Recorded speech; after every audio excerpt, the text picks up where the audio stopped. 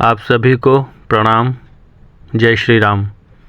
इससे पहले मैंने आपको मैरिज के बारे में बताया, कैसे मैरिज का योग देखा जाता है, लव मैरिज हो चाहे अरेंज मैरिज हो, और वो इवेंट कब होगी, कैसे होगी, ट्रांजिट के थ्रू या महादशा अंतरदशा के थ्रू।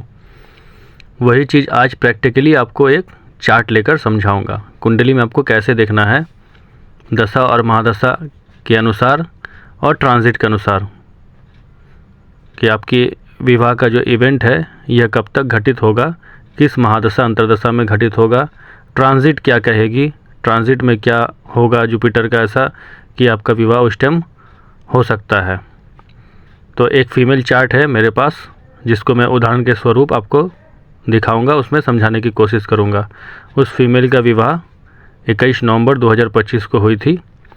तो कैसे हुई थी, उसका ट्रांजिट कैसा था, महादशा अंतरदशा क्या कह रही थी, उसके अकॉर्डिंग आपको समझाने की अच्छी सी कोशिश करूंगा। तो चलिए आगे बढ़ते हैं, उस चार्ट को हम उदाहरण स्वरूप देखते हैं। ये एक फीमेल की कुंडली है।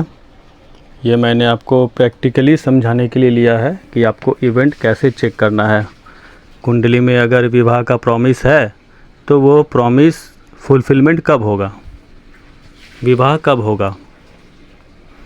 तो सबसे पहले आपको प्रॉमिस चेक कर लेना है कुंडली में विवाह का प्रॉमिस है या नहीं। अगर प्रॉमिस है तो फिर आपको नेक्स्ट स्टेप में आगे बढ़ना है, महादशा अंतरदशा देखनी है। और अगर प्रॉमिस नहीं है विवाह का उस कुंडली में तो फिर आपको महादशा अंतरदशा देखकर कोई फ़ायदा नहीं है, क्योंकि महादशा अंतरदशा आपकी विवाह नहीं करवा पाएगी।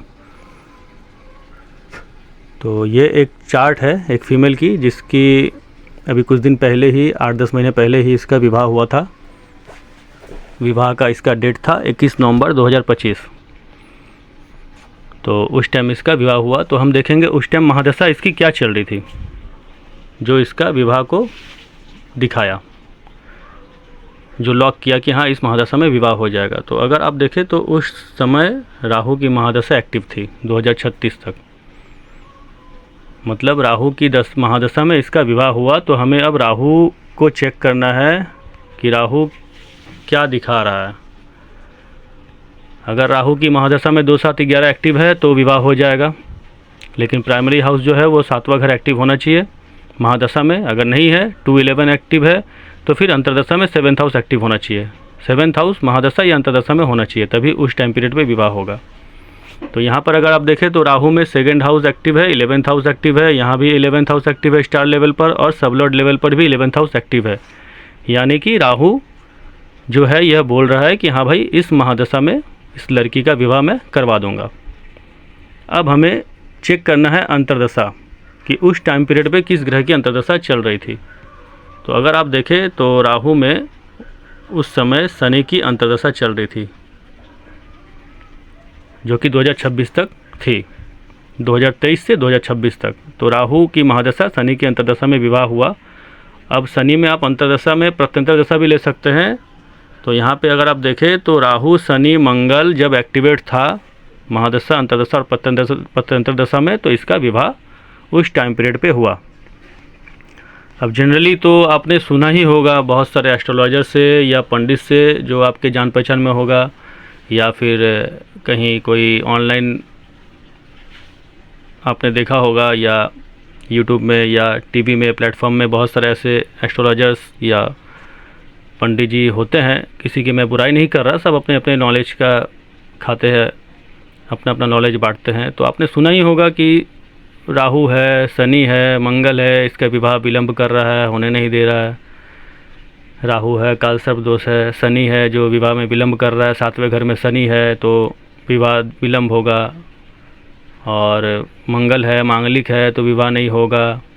तो ऐसा नहीं होता है। अगर आपकी कुंडली में विवाह का प्रॉमिस है तो विवाह होगा, और अंतरदशा अगर महादशा स्ट्रांग सिग्निफाई कर रहा है उस चीज़ को तो विवाह होगा, या जल्दी हो या ठीक समय पर हो या लेट हो। कभी कभी होता है कि महादशा तो विवाह को दिखा रहा है लेकिन अंतरदशा स्ट्रांगली आते आते थोड़ा सा लेट हो जाता है। एक प्लैनेट कभी भी रिजल्ट नहीं देता कि राहु शनि मंगल आपको अकेला कोई प्रॉब्लम कर सकता है। प्लैनेट रिजल्ट देता है हाउसेस की, किस हाउस को वो सिग्निफाई कर रहा है, चाहे वो राहु हो, शनि हो, मंगल हो, कोई भी ग्रह हो। राहु शनि मंगल विवाह करवा रहा है जो कि पापी ग्रह है, तो वहीं पे बृहस्पति आपको डिवोर्स भी करवा सकता है, जो कि बहुत ही शुभ ग्रह है, कुंडली में शुभ ग्रह माना गया बृहस्पति को।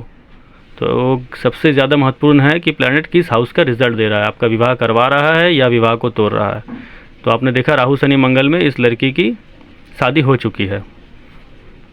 आप ऐसे समझ सकते हैं, मैं एक जनरली सिंपल आपको उदाहरण से समझा रहा हूँ। जैसे आपने कोई पिज़्ज़ा ऑर्डर किया, तो जो शॉप में है वो आपका ऑर्डर ले लिया, यानी कि राहु यहाँ पे जो है इसने ऑर्डर ले लिया कि हाँ भाई मैं आपका पिज़्ज़ा यानी कि आपकी शादी डिलीवरी कर दूंगा। अब उसको डिलीवरी करने के लिए आएगा कौन? डिलीवरी बॉय आएगा।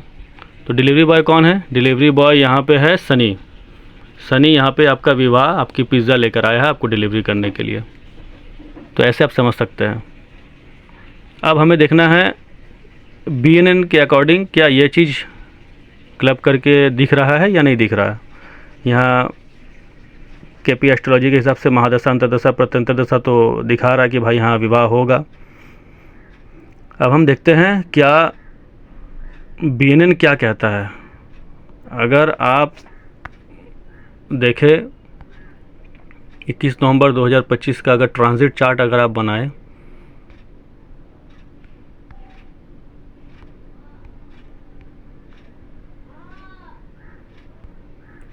तो यहाँ पे आपको देखना है जुपिटर देखें आप 4 नंबर राशि में है और रेट्रोगेट है प्लस 0 डिग्री में है। ठीक है, तो अब हमें यहाँ पे जुपिटर को 4 नंबर राशि में बैठा देना है। अब इसके चार्ट के अकॉर्डिंग जुपिटर यहाँ पे ट्रांजिट कर रहा है और जुपिटर प्रोग्रेशन में क्या कह रहा है। सबसे पहले हमें ये देखना है क्या जुपिटर प्रोग्रेशन में मार्स को एक्टिव कर रहा है जो कि पति का कारक है। तो अगर आप देखें जुपिटर यहाँ पे है सेकंड हाउस में 15 डिग्री पे है और रेट्रोगेट है, तो यानी कि जुपिटर 6 साल तक यहाँ पे रिजल्ट देगा। प्रोग्रेशन 12 साल का होता है, तो फिर 12 अगर ऐड करेंगे हम 6 में तो 18 साल तक जुपिटर यहाँ रहेगा। फिर 18 में अगर 12 को ऐड करेंगे तो जुपिटर 30 साल तक यहाँ रहेगा, यानी कि 4th हाउस में रहेगा जुपिटर। अब अगर जुपिटर को हम यहाँ पे बैठा दे प्रोग्रेशन में, तो अगर आप देखेंगे तो इस लड़की का जो विवाह है 21 साल में हुआ है, 21 ईयर्स में। तो उस टाइम जुपिटर यहाँ पे एक्टिव करके अपने प्रोग्रेशन में मंगल को यह बोल रहा है कि भाई तुम्हें इस प्रोग्रेशन में विवाह करवाना है। मतलब जुपिटर अपने प्रोग्रेशन में यह फाइनल कर चुका है कि हाँ विवाह होगा इस 12 साल के अंदर अंदर में। अब हमें ट्रांजिट में मैंने जैसे दिखाया आपको कि जुपिटर यहाँ पे गोचर कर रहा था 21 नवंबर 2025 को। तो जुपिटर यहाँ से अगर आप देखें तो 7वीं दृष्टि से सप्तम भाव को देख रहा है और रेट्रोगेट भी है, यानी सप्तमेश के साथ भी संबंध बना रहा है जो कि शनि है। 7वें घर का जो स्वामी है वो शनि है। अगर आप देखें यहाँ पे 10 नंबर मकर राशि का जो स्वामी है वो शनि ग्रह है। तो जुपिटर जो यहाँ का ट्रांजिट में जुपिटर जो लग्न में था वो 7th हाउस पे एक्सपेक्ट दिया अपना, 7वीं दृष्टि दी और साथ में शनि को भी एक्टिवेट किया, शनि को भी दृष्टि दी, शनि के साथ भी युति बनाया, क्योंकि जुपिटर रेट्रोगेट था, यहाँ भी है और जुपिटर यहाँ भी है, 12th हाउस में भी है। जुपिटर 2 जगह में ट्रांजिट कर रहा है, यहाँ भी है जुपिटर और यहाँ भी है जुपिटर। अब यही जुपिटर मार्स को भी एक्टिवेट किया जो कि पति का कारक है रेट्रोगेट होकर। तो जुपिटर का ट्रांजिट भी ये कह रहा है कि हाँ शादी इस ट्रांजिट में हो जाएगा। तो यहाँ पे आपने देखा कि महादशा अंतर्दशा भी शादी करवा रही है यहाँ पे, और जुपिटर का प्रोग्रेशन और ट्रांजिट भी शादी करवा रहा है इस लड़की का। तो आप ये मंगल, राहु, शनि इस कॉन्सेप्ट से दूर रहे और इसी महादशा अंतर्दशा में इस लड़की को संतान की प्राप्ति भी हो सकती है। प्रॉब्लम भी आ सकता है क्योंकि शनि जो है वो संतान भी इसको देगा, क्योंकि शनि का जो हाउस है वो सिग्निफाई कर रहा है संतान प्राप्ति को। यानी शनि कह रहा है कि इस अंतर्दशा में मैं तुम्हें चाइल्ड बर्थ भी दूंगा। तो फिलहाल ये प्रेग्नेंट भी है शनि की अंतर्दशा में ही, और आगे अब देखिए क्या होता है। इसके आगे जो अंतर्दशा आ रही है तो क्या वो सपोर्ट कर रहा है चाइल्ड बर्थ को या नहीं, ये मायने रखता है। शनि तो इसको चाइल्ड बर्थ जो है इसको कंसीव दे दिया है, प्रेगनेंसी हो गई है, अब आगे डिलीवर जो करेगा वो नेक्स्ट अंतर्दशा करेगी। तो दोस्तों आप सभी को मैं ये कहना चाहता हूँ कि आप राहु, शनि, मंगल इन सब ग्रहों से डरे नहीं। इन सब ग्रहों से जैसे आपको बताया जाता है कि परेशानी आपको देगा या दिक्कत समस्या देगी, ऐसे कोई बात नहीं है। ग्रह क्या रिज़ल्ट दे रहा है ये मायने रखता है। आप राहु, शनि, मंगल सुन के लाखों लाखों का उपाय कर देते हैं लेकिन कुछ होता नहीं है, बाद में फिर आपको एस्ट्रोलॉजी से बिलीव उठने लगता है। तो इस सब भ्रम में ना पड़े आप कि राहु, शनि, मंगल आपको प्रॉब्लम ही देंगे, ऐसा कुछ नहीं होता है।